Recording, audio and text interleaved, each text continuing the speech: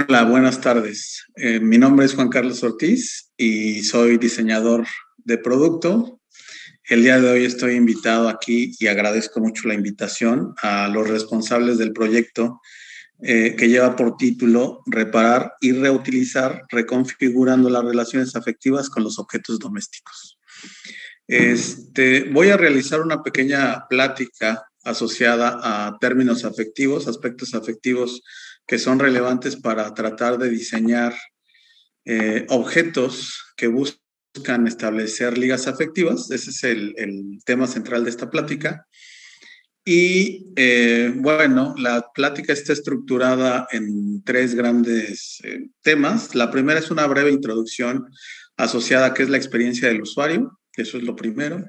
Y después de eso vamos a hablar de algunas estrategias de diseño que se están explorando para estimular esa liga afectiva y posteriormente pues vamos a tener aquí una charla con alumnas de diseño de la Universidad de Chile. Entonces, muchas gracias por asistir y aquí comenzamos.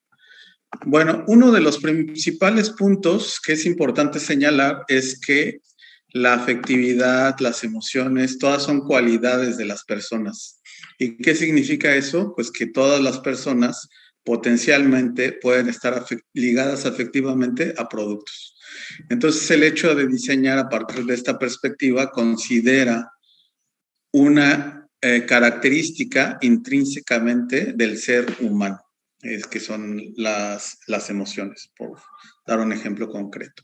Ahora, dentro de la perspectiva del diseño de experiencias, que retoma mucho el diseño emocional, el diseño afectivo, básicamente a lo que se refiere es que reconoce el sentir pensar, ¿no? O sea, que nosotros experimentamos emociones, las vivimos y que no somos estos entes que estamos por la vida solamente bajo una óptica de un pensamiento positivista o lógico. Entonces, a partir de esto, pues es válido reconocer que nosotros tenemos emociones, que eso nos puede llevar a sentir ira, amor, alegría, y algunos autores le llaman a toda esta perspectiva el centro gelatinoso, es decir, yo como individuo, todo el centro gelatinoso está asociado a lo corpóreo, y por eso es importante retomarlo desde la óptica de la experiencia. En términos de experiencia, ahorita les voy a hablar rápidamente de tres conceptos. Esos tres conceptos básicamente tratan de entender o de explicar cómo la experiencia se relaciona al diseño. Y bueno, el primero es de un autor alemán que se llama Marc Hasenhall. Y él dice, aquí la idea central es que nosotros estamos siempre en contacto con el mundo, ¿no? Yo y el mundo. Pero hay una mediación y esa mediación está relacionada a los productos. ¿Cuál sería la gran diferencia entre la experiencia humana y la experiencia del usuario? Que esa experiencia está mediada por los productos. Y los productos tienen tres niveles de relación. Primero son las metas motrices. Por ejemplo, yo ahorita tengo esta pluma y pues básicamente la estoy tocando, estoy jugando con ella. A eso se refiere las metas motrices. Las metas del hacer, bueno, pues yo escribo y esas son las metas del hacer. Y las metas del ser es, yo quiero ser un gran escritor. Entonces, bajo esta lógica, lo que propone Hasenhall es que nosotros podemos entender los objetos en términos de interacción, en términos de actividades, pero también en términos de lo que queremos lograr. Y esa es la gran aportación de él, sobre todo pensando en que pues, nos enfocamos directamente en los productos, artefactos, cosas. Otra idea bastante interesante es lo que proponen McCarthy y Wright. Y uno de los conceptos importantes en la experiencia es que estamos anclados al mundo. O sea, es muy diferente, es muy difícil separar al ser humano del mundo, ¿no? O sea, vamos a pensar que lo sacamos en el espacio. Aún en ese espacio, él se va a relacionar con el entorno en el que está. Entonces, esa es una de las primeras características. Y la otra es que ellos dos dicen que la experiencia está entrelazada, o sea, tratan de deconstruirla, pero siempre buscando comunicar que estos cuatro elementos que ellos mencionan siempre están relacionados. Y bueno, ¿cuáles son esos 4 elementos? 4 hebras, ellos le llaman las 4 hebras de la experiencia. Bueno, la hebra emocional, que retoma las emociones, los sentimientos, los deseos. La composicional, que está asociada a todos los elementos que establecen una experiencia, por ejemplo, el hecho de cuando llegas, cómo te atienden, qué es lo que te ofrecen, todo eso es una narrativa y eso está asociado a los componentes de la experiencia. El espacio temporal, bueno, el momento en el que está ocurriendo la experiencia y pues el espacio como tal. Y la hebra sensual, pues básicamente reconoce otra vez esto del sentir pensar. Ellos no le llaman así, pero básicamente es cómo los sentidos están asociados a la experiencia. Y bueno, con base en ello, nosotros proponemos que en términos de experiencia del usuario hay 4 elementos: el usuario, la interacción, el artefacto y el contexto. Esto significa que si yo quiero tener una experiencia con un objeto, pues lo primero que voy a hacer es interactuar con él, después puedo hacer tareas y después actividades. Y bueno, que necesariamente puede ser un artefacto, también puede ser un servicio o un contexto. Y bueno, dentro del contexto también tratamos de entender cómo el contexto impacta la experiencia. Eso es importante porque en cierta medida nos puede dar información para comenzar a diseñar la experiencia. Y aquí es otro punto que es muy importante. O sea, primero les acabo de explicar qué es lo que entendemos por experiencia. Y un concepto que está directamente relacionado es, ok, la experiencia del usuario tiene todas estas características. ¿Por qué es relevante para el diseño? Porque queremos diseñar experiencias. Y esta es una silla, se llama la Nut Chair. Es una silla que está fabricada de una forma muy peculiar. Básicamente son hebras. Esas hebras se ponen en un molde y después se pone resina. Y si ustedes se sientan en ella es muy cómoda, pero además de eso, si la agarran, no pesa, porque todo son hebras de hilo, ¿no? Y están solidificadas es una resina especial. Sin embargo, cuando Marcel Wanders diseñó esta silla, él no estaba pensando en crear una experiencia, simplemente estaba tratando de generar una nueva silla. Y si ustedes la agarran, al pensar que una silla generalmente es pesada, la pueden cargar muy fácil y les genera sorpresa. Ahí podemos decir que hay una experiencia, pero no hay una intención. Es decir, cualquier objeto nos puede generar una experiencia, pero si nosotros decimos que vamos a diseñar una experiencia, necesariamente tenemos que tener una intención. Por otro lado, esta es una silla que se llama la Spoon Chair, la diseñó Heatherwick, y él, a diferencia de Marcel Wanders, dice, bueno, yo voy a generar una experiencia divertida. Y en esa experiencia divertida, pues yo me puedo sentar y puedo jugar con la misma silla. Entonces aquí vemos las dos aproximaciones en donde necesariamente para diseñar una experiencia debo de tener esa experiencia meta y con base en ello definir mi estrategia de diseño. Ahora, ¿por qué es importante considerar la experiencia? Porque es otra forma de diseñar. Y aquí yo no digo que es la mejor forma de diseñar, pero bajo ciertas condiciones y si desarrollamos las habilidades para decidir en qué momento es mejor diseñar la experiencia que utilizar otro enfoque, puede servirnos para ser mejores diseñadores y diseñadoras. Entonces, aquí uno de los puntos clave es pensar y reflexionar por qué la experiencia aportaría valor a mi tarea de diseño. Una vez que ya hablé de manera rápida de esta teoría, ahora vamos a hablar de ocho formas de considerar la afectividad. La primera, bueno, es muy concreta, es compleja, pero creo que nos puede servir mucho para reflexionar en torno a lo que estamos diseñando.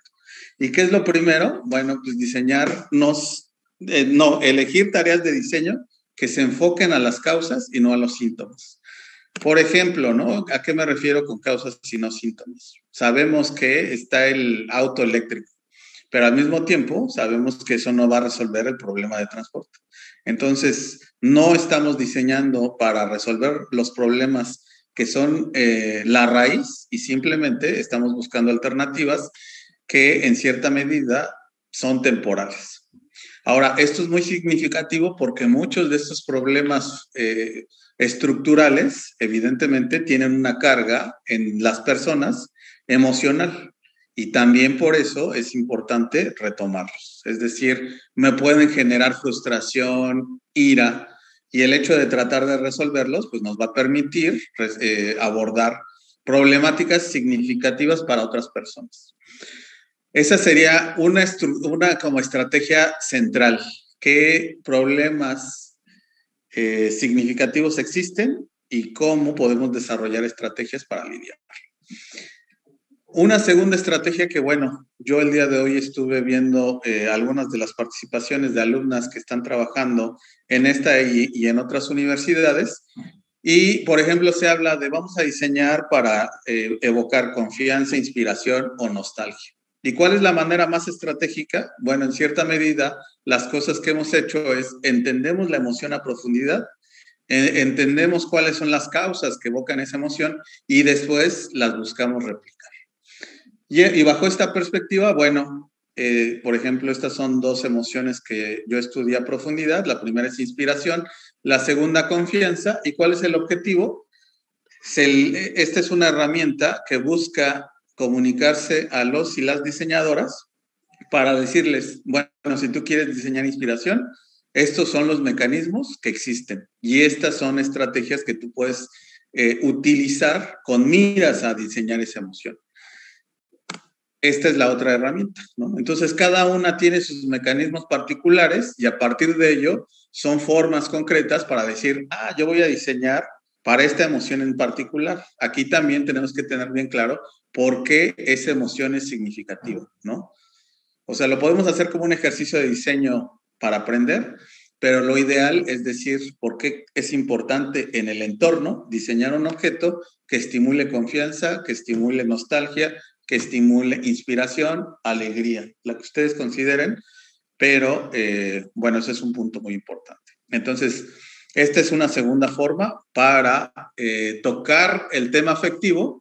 Y bueno, aquí voy a hacer una pequeña pausa porque lo que también sabemos es que un objeto que genera emociones positivas, generalmente, bueno, sería un primer paso para que se establezca una liga afectiva. Y en este caso, ¿por qué es importante? Porque eso va a permitir que pues las personas desechen menos los productos con los que se relacionan. Una tercera estrategia. En el diseño siempre hablamos de que diseñamos necesidades, etcétera, pero muchas veces si nosotros nos preguntamos cuáles son esas necesidades, no tenemos un vocabulario sólido.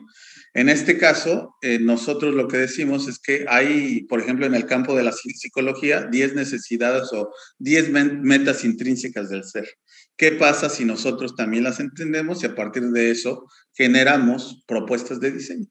Básicamente, al igual que las emociones, en vez de pensar en emociones, pensamos en estas metas intrínsecas del ser. Y, por ejemplo, una es la autonomía. Yo, ¿cómo puedo ser o cómo puedo tomar decisiones que pienso que son significativas para mí? ¿No? Esta es la definición oficial, sentir que tú eres la causa de tus propias acciones sin la intervención de fuerzas o presiones externas. Y eso es algo que las personas buscan y pueden cumplir con los objetos. Entonces, esta también es interesante porque se mete ya en estas cuestiones psicológicas que son significativas para las personas que buscan cumplir a través de los objetos y que potencialmente, pues esa es otra forma para estimular la vinculación con el ser. Nosotros igual estudiamos la autonomía en este caso y a partir de ello definimos estas características que pueden ser implementadas por diseñadores y diseñadoras.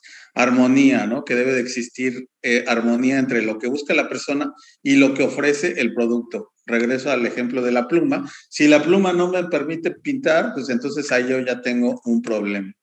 Involucramiento, y esto lo voy a mencionar de manera reiterativa porque es una de las cualidades que emerge en diferentes proyectos. O sea, si yo quiero vincularme con un producto, necesariamente lo voy a tener que usar, voy a tener que aprender de él y también potencialmente me va a ayudar a generar soluciones en donde yo soy parte de la solución. Y bueno, más adelante voy a presentar algunos ejemplos. En términos de interacción, que sea fluida, que no me detenga, que yo pueda concentrarme en la actividad más que en el objeto.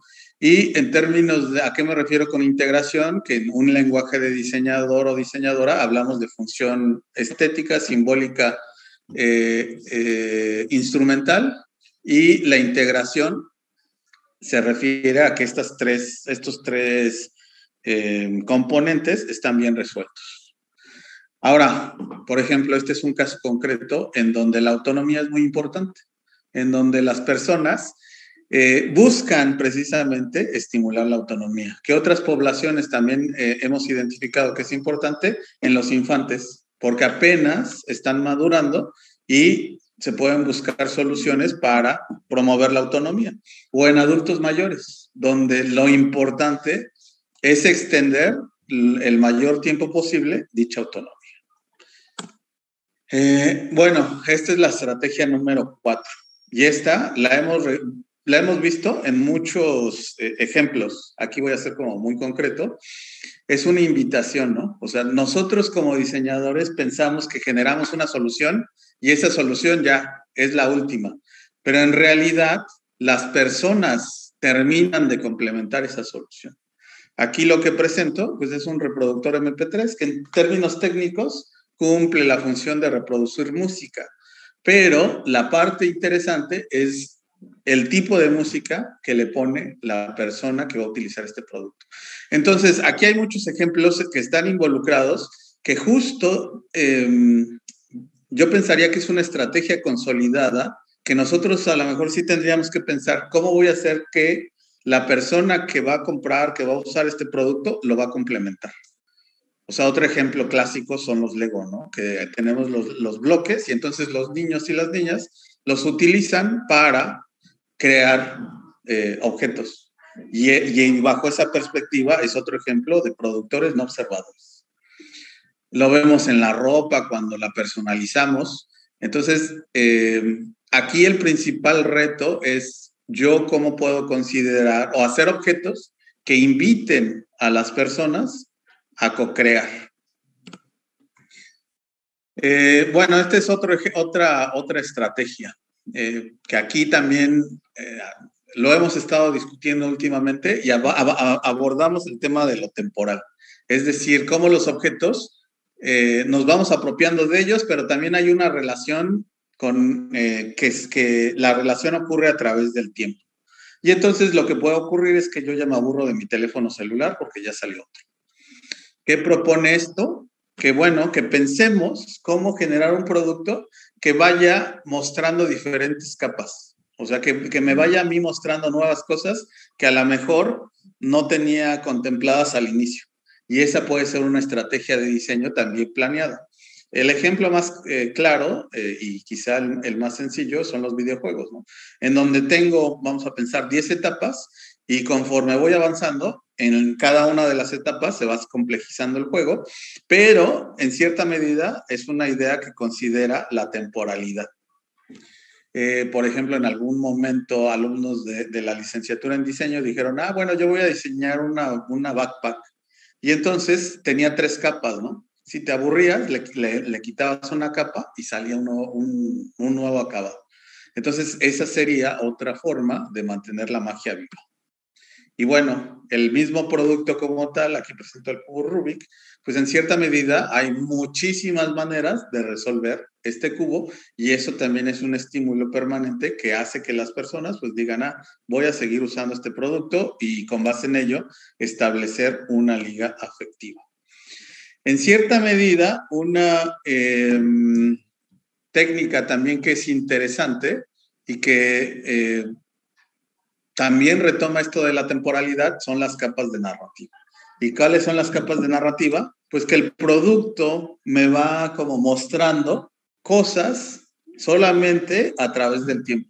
¿Y eso qué significa? A través del uso que yo le voy dando. Entonces aquí vemos esta taza en donde al inicio pues es una taza normal, pero dependiendo de yo cómo voy usando la taza, se van mostrando patrones. Y en cierta medida a eso se refieren las capas de narrativa. Ahora, otra cosa que también hemos estado visualizando y que probablemente va a ser algo que ustedes pueden profundizar es el servicio y la temporalidad. O sea, siempre estamos pensando, bueno, voy a diseñar un producto, Pero ¿qué pasa si yo diseño un servicio para estimular el reuso? ¿No? Esta es una bolsa que se llama la bolsa GOTS-SAC, que básicamente ustedes la pueden tener en ubicaciones específicas de la ciudad. Y es una invitación para que ustedes digan, yo ya no quiero este libro, ya no quiero esta taza, la dejan ahí. Y eso es ya automáticamente las personas dicen, a mí me interesa ese libro, me interesa esa taza y me la llevo. Entonces aquí no estamos diseñando ningún producto como tal, estamos diseñando un servicio. Y en cierta medida, ese servicio es para estimular el uso de productos que quizá para mí ya no son significativos. ¿Qué tenemos en América Latina? Bueno, tenemos ropa, tenemos zapatos, tenemos juguetes, tenemos mobiliario. ¿Cómo podríamos visualizar servicios que en cierta medida estimulen el reuso de estos productos? Y son oportunidades para reusar, resignificar, reparar. Bueno, la número 8, creo que ya esta es la última. Todos los productos tienen un significado concreto a partir del contexto, ¿no? Y entonces el contexto, ahorita voy a tratar de dar algunos ejemplos para ser más claro. Si nosotros estudiamos el contexto, potencialmente nos puede dar herramientas para diseñar productos que estén más, que se adecúen mejor en el entorno en el que van a ser usados o están siendo usados o van a promover el reuso. A partir de la experiencia, nosotros identificamos 8 estructuras, le llamamos estructuras porque también están entrelazadas. Voy a hablar de algunas, no voy a hablar de todas, pero la idea de esto es que cada una de esas estructuras me ayuden a mí a entender características específicas, ya sea del servicio, del producto, de la cosa. ¿Cuáles son? Bueno, la estructura cultural, situacional, temporal, económica, política, sistémica, física y social. Una que quizá no hemos, bueno, no, yo creo que sí, ya es algo que estamos trabajando los y las diseñadoras, que es, ¿qué va a ocurrir con este objeto a través del tiempo? ¿Qué va a pasar cuando tú lo compras? ¿Qué pasa cuando ya tienes cierto conocimiento? ¿Y qué pasa cuando ya eres maestro, ¿no? O maestra. Esto, por ejemplo, ¿cómo lo podríamos resolver en interfaces? Que puedo tener una interfaz nivel básico y una nivel avanzado. Y después de un tiempo yo quizás solamente me voy a enfocar en el nivel avanzado. Pero aquí un punto importante es reconocer que va a haber diferentes momentos en los que yo me voy a relacionar con los objetos y que eso va a tener un impacto directamente en la experiencia. Otro ejemplo concreto es, bueno, yo puedo tener un teléfono celular y ese teléfono celular me da cierto conocimiento que posteriormente me va a servir para el siguiente teléfono celular que yo tenga. Es un conocimiento acumulativo que también me puede servir como estrategia de diseño. Bueno, hablé de lo temporal, de lo situacional, y aquí es un ejemplo también que nos va a ayudar a definir, por ejemplo, qué pasa si el hecho de trabajar a trabajar desde mi casa, ¿no? O sea, ¿qué implicaciones tiene eso? Y son 2 situaciones específicas para una actividad, que es trabajar.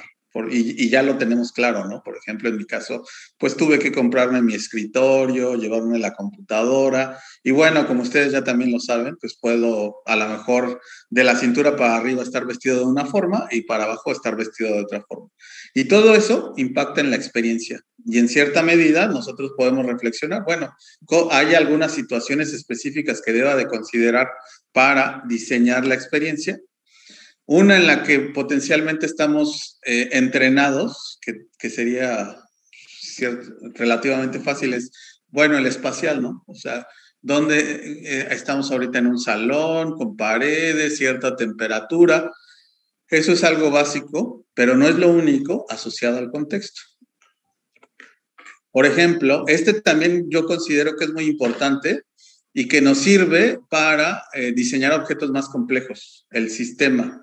Cómo el sistema permite o inhibe situaciones concretas. Por ejemplo, pongo un automóvil y ese automóvil parece que está flotando, ¿no? Pero para que pueda funcionar, ¿qué elementos existen o deben de existir? Bueno, las carreteras, los lugares para cargar el tanque, los semáforos, todo eso permite que pueda funcionar el automóvil. Y en una analogía, pues es la bicicleta, ¿no? O sea, ¿qué cosas nosotros tendríamos que diseñar en el sistema de transporte bicicleta para que la experiencia sea más adecuada?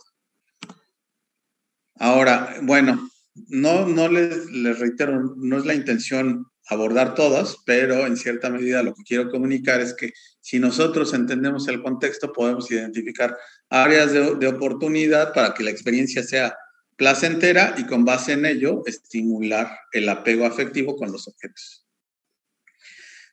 Por ejemplo, preguntas que yo me estuve haciendo el día de ayer es, ¿qué implica el reuso y cómo el reuso puede tener, cómo lo podríamos estudiar a partir del contexto? ¿En todos lados podemos estimular el reuso? Bueno, la respuesta ahí es no, porque hay algunos en donde no se puede. Por ejemplo, en el área médica, ¿no? O sea, no está permitido reusarlo. Pero entonces, esto nos puede ayudar a entender escenarios que quizá ahorita no están siendo visualizados como áreas de oportunidad y que pueden serlo a partir de entender el contexto y que siempre estamos anclados a ese contexto y que eso nos va a dar información significativa para el diseño. Lo que nosotros ya estamos buscando es, con base en las 8 estructuras, las analizamos y a partir de ello generamos un diagrama y ese diagrama ya nos permite generar propuestas de diseño. Bueno, ya para concluir, el tema de la experiencia y de la afectividad es una ruta alternativa. O sea, lo hemos explorado y por eso este proyecto fue aprobado y bueno, está aquí el doctor Rubén, el doctor Tomás. Estamos viendo otras formas de resolver el problema. No va a ser la misma forma, o sea, no lo vamos a poder resolver de la forma en la que se generó. Y bueno, un punto de partida importante es considerar a las personas como parte de la solución. Esa sería la primera propuesta. Y la segunda, bueno, que son otras formas de diseñar, ya en términos más de diseño, es otra forma de diseñar y yo ahí las invitaría a que exploren estas diferentes formas para abordar tareas de diseño. Lo que no quiero decir, o no es el fin de esta plática, es que esta es la solución, sino que hay muchas maneras de diseñar y si nos damos la oportunidad de explorarlas, vamos a tener un catálogo de métodos que potencialmente me van a permitir decir, este proyecto lo diseño desde esta perspectiva, desde esta y desde esta. Y potencialmente eso puede ser que seamos mejores diseñadores. Ahora, igual el diseño, una de las características del diseño es que es creador de mundo, ¿no? Entonces, ¿cómo podemos crear un mundo a partir de la perspectiva afectiva que estimule el reuso, reparación, reapropiación con los objetos? Básicamente eso es lo que yo tengo, yo tenía preparado para el día de hoy y quedo atento para preguntas, comentarios, observaciones y pongo aquí el...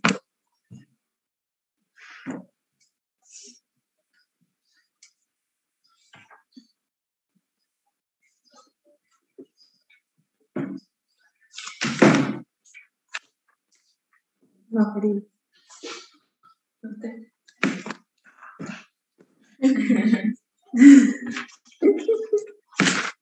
Muy bien.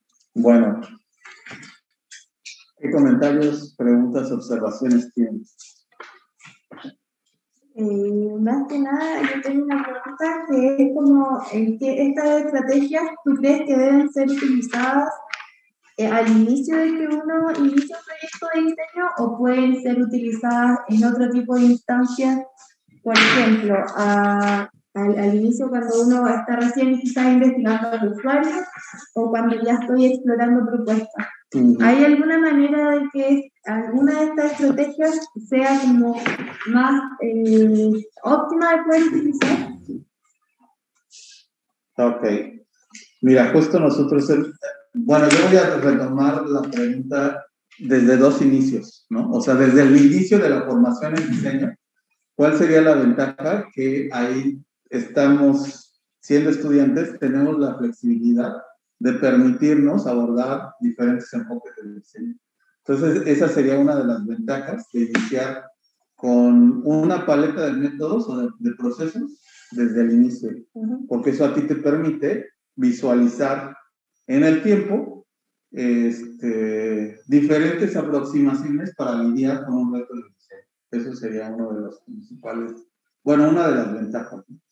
Ahora, en términos de tu proyecto, al menos desde la óptica de la experiencia y de las emociones, debe de ser tu punto de partida. Es decir, tus decisiones de diseño deben de estar estructuradas para realmente evocar esa experiencia o esa emoción. No puedes, bueno, sería muy difícil decir que diseñas experiencias si primero partes del artefacto como tal, porque si bien la solución en los dos enfoques puede ser un artefacto o un servicio, la forma en la que desarrollas la solución es la parte diferente.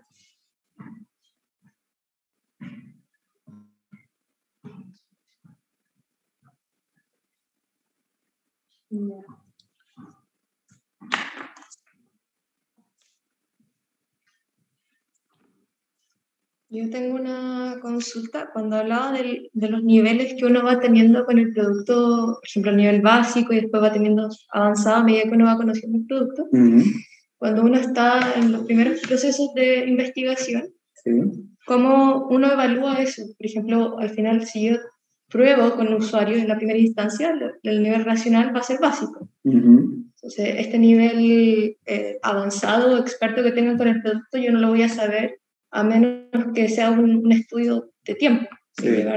¿Cómo lo hago con estudios que son a más corto plazo? ¿Cómo evalúo esa efectividad que va para ese...? Ok, bueno, ahí son dos. O sea, voy a primero a responder la segunda y mientras estoy pensando. Hay una herramienta que se llama el mapa de la experiencia. Es interesante porque ustedes pueden decirle a la persona, evalúa este producto antes de que lo tuvieras, en el momento en el que lo tuviste y ahora. Y cuando son productos que las personas les gusta, generalmente tiende a ser positivo.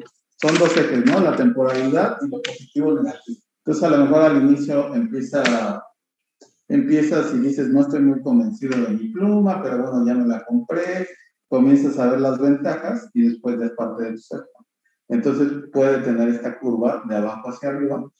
Y con base en ello, y regresando a la primera pregunta, podrías ya explorar, una dimensión concreta, el nivel de dificultad de uso del objeto a través del tiempo. Esto funciona cuando ya lo conoces. Si estás generando nuevas propuestas, ahí yo pensaría en dos estrategias. Una que es muy común, que es pensar en cuáles son los códigos de uso o las interacciones más recurrentes. Si es un producto completamente nuevo, vamos a partir del principio. El hecho de que sea muy diferente automáticamente va a hacer que sea difícil, ¿no? Porque es una innovación bajo la cual las personas no conocen ese tipo de objetos. ¿Qué estrategias de diseño podrías tener? Bueno, ¿qué similitudes existen en el mundo que yo podría utilizar como metáforas para diseñar este producto? Pero siempre, cuando es algo completamente nuevo, siempre vamos a tener el reto de que pues, no tenemos un antecedente tal cual y por lo tanto va a ser difícil. Y, por ejemplo, cuando esas estrategias van enfocadas como al mundo de los niños, y el usuario son niños, como testeo, por ejemplo, claro, el mapa de la experiencia, puedo hacerlo con usuarios que pueden catalogar su experiencia, pero... Ok, bueno, ahí como... o sea, a lo mejor con los niños una de las cosas que podría funcionar es bueno, yo lo he visto con las caritas. Las caritas te pueden ayudar, ¿no? Pero si es una población más complicada, porque fácilmente podrías manipular, a lo mejor de manera inconsciente. Pero eso podría ser otra estrategia, que tú tengas caritas y o sea, nada más 13, o sea, negativo, neutro, positivo, porque si les pones un montón, pues los saturas. Y a partir de ello, pues que te vayan diciendo.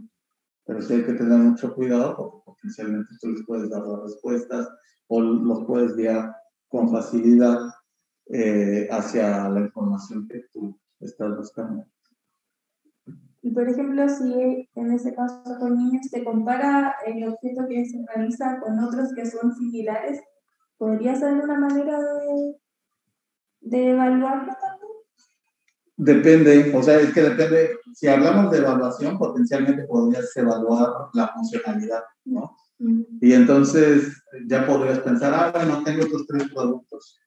Y en un escenario podrías decir, bueno, él usa los 3 productos. Y ya que los usaron, les podrían decir, ¿cuál de estos productos te gustó más? ¿O cuál elegirías?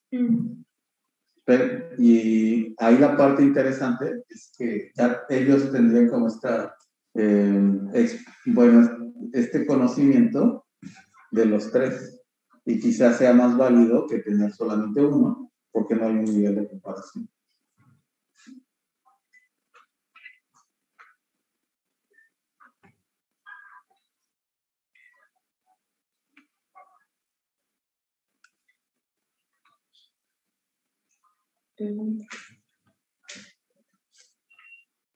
O sea, a mí en realidad me llamó bastante la atención el énfasis que le diste a la importancia que se le da a la temporalidad de la situación y el contexto al formar mejores relaciones entre los objetos y las personas.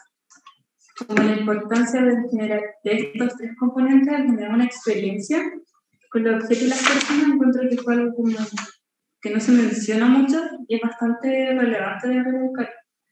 Sí.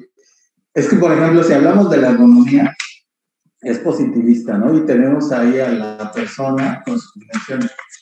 Y ya dices, bueno, voy a diseñar para esa persona y voy a utilizar estas medidas y ya el producto está bien.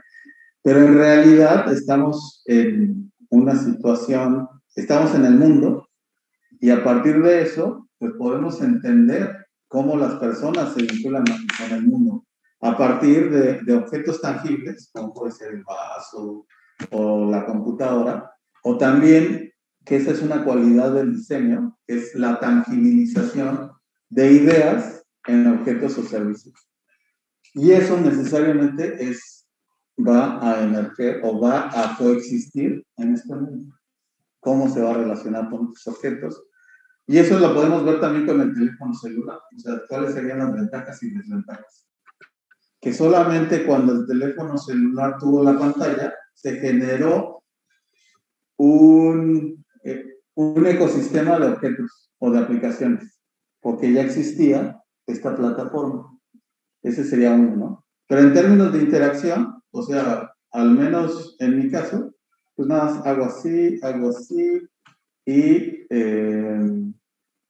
ya es aburrido, o sea, ya es como muy concreta la modalidad de interacción. Hace ratito nos dieron cámaras fotográficas y ahí puedes presionar, puedes sentir las texturas, la fuerza, que todos esos eran elementos o pueden ser elementos de diseño, que también el hecho de involucrar los sentidos hace que las personas pues, tengan una presencia o tengan claridad en pues, la tangibilidad de los objetos, ¿no? Entonces, son aspectos que algunas veces se nos olvidan y que pues, pueden hacer que algunos productos sean aburridos, como al menos en el caso del teléfono, me parece ya que nada más muevo así, o sea, si ustedes se meten a Twitter, nada más. Igual Facebook, y todo igual. Había ya listo y no me quedó tan claro. Quería preguntarte que en la estrategia número 3 sobre las metas intrínsecas del ser, hablaste de ciertos como componentes o aspectos que había que tener, que era la armonía, el involucramiento, la fluidez y la integración. Sí. Con la fluidez, ¿a qué como eso no me quedó tan claro? ¿A qué te refieres con la fluidez? Sí. Al menos me refiero a hay algunas ideas en torno a la interacción, y es la que trato de comunicar, es que no te centras en el objeto como tal, sino te centras en la actividad. Y bueno, ahí voy a utilizar las dos. IKEA, cuando ustedes compran un producto en IKEA, generalmente vienen en caja y sacan las piezas y lo arman. Eso podríamos pensar que es una interacción paso a paso, ¿no? Una interacción fluida es aquella en donde yo solamente me enfoco en la actividad y el objeto en cierta medida es transparente. O sea, el objeto está también alineado al ser, que no le tengo que poner atención al objeto, sino más bien a la meta que yo estoy buscando. A eso me refiero con el objeto para ser como el medio. Así es. Así es. Perdón, voy a cerrar ahí una ventana. Estoy generando ruido.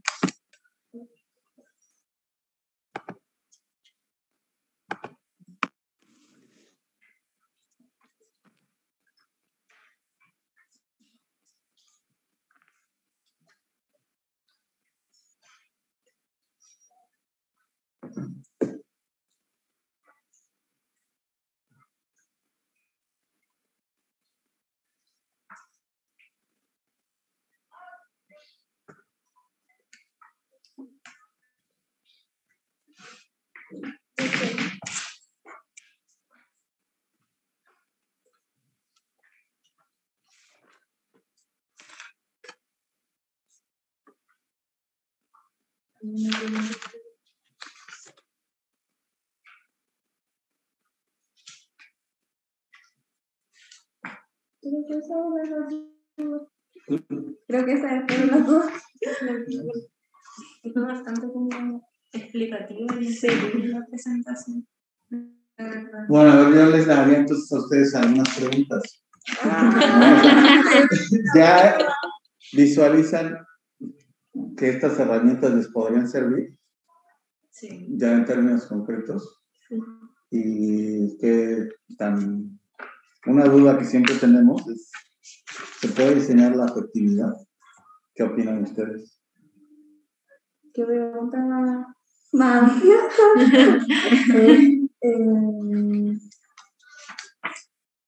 Yo creo que en parte sí, pero tal como tú expusiste, siempre el usuario termina de completar la experiencia, la interacción, todo, entonces muchas veces uno propone maneras en que quiere que el usuario se interactúe, pero no siempre sucede. Entonces yo creo que ahí es como muy importante conocer muy bien el sistema y el contexto, que fue una estrategia que tuvo como el rol del contexto, porque finalmente a través del contexto, pienso yo, que podemos como ver distintas aristas de cómo esto se podría como, comportar con el usuario, pero si no vemos, no tenemos como esta perspectiva de contexto, yo creo que es muy difícil realmente diseñar la actividad.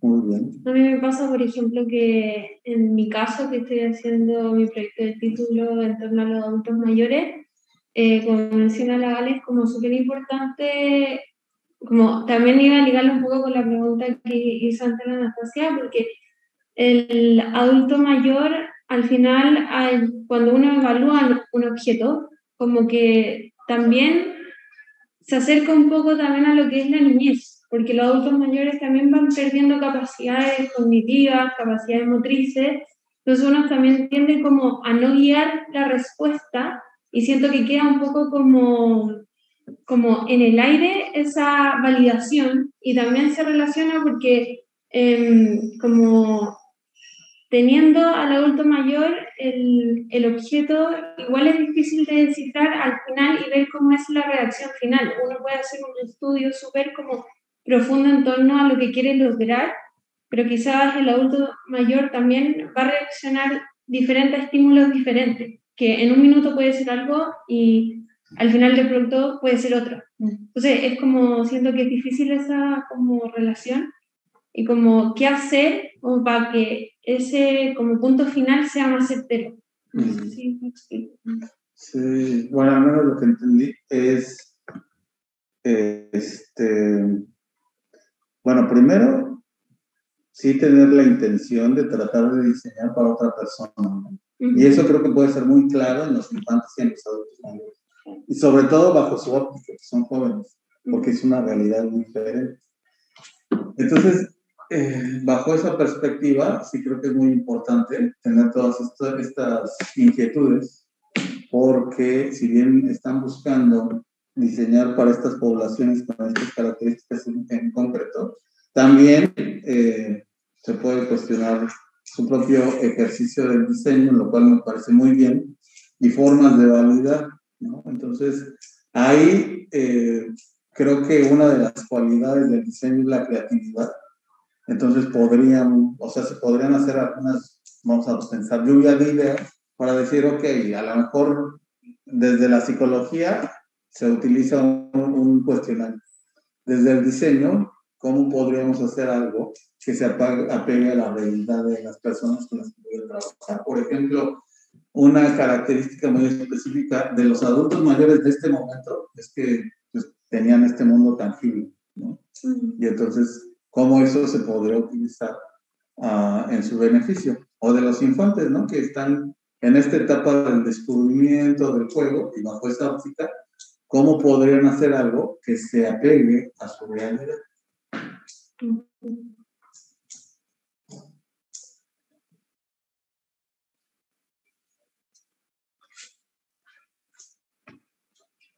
Muy bien, bueno. Bueno, pues yo les agradezco mucho su tiempo y cualquier cosa, pues estamos en contacto. Y muchas gracias por la invitación, estamos aquí muy contentos abordando este tema que es significativo, no solamente para Chile, es algo que también se ha trabajado, bueno, que es de interés en muchas regiones del mundo y que son problemas que potencialmente nos afectan a toda la región y que el hecho de explorarlos puede tener impacto no solamente en Chile, sino también en México y en otras regiones de América Latina. Entonces, muchas gracias por la invitación y pues estamos aquí en contacto. Muchas gracias, Rubén. Muchas gracias. Muchas gracias. Muchas gracias.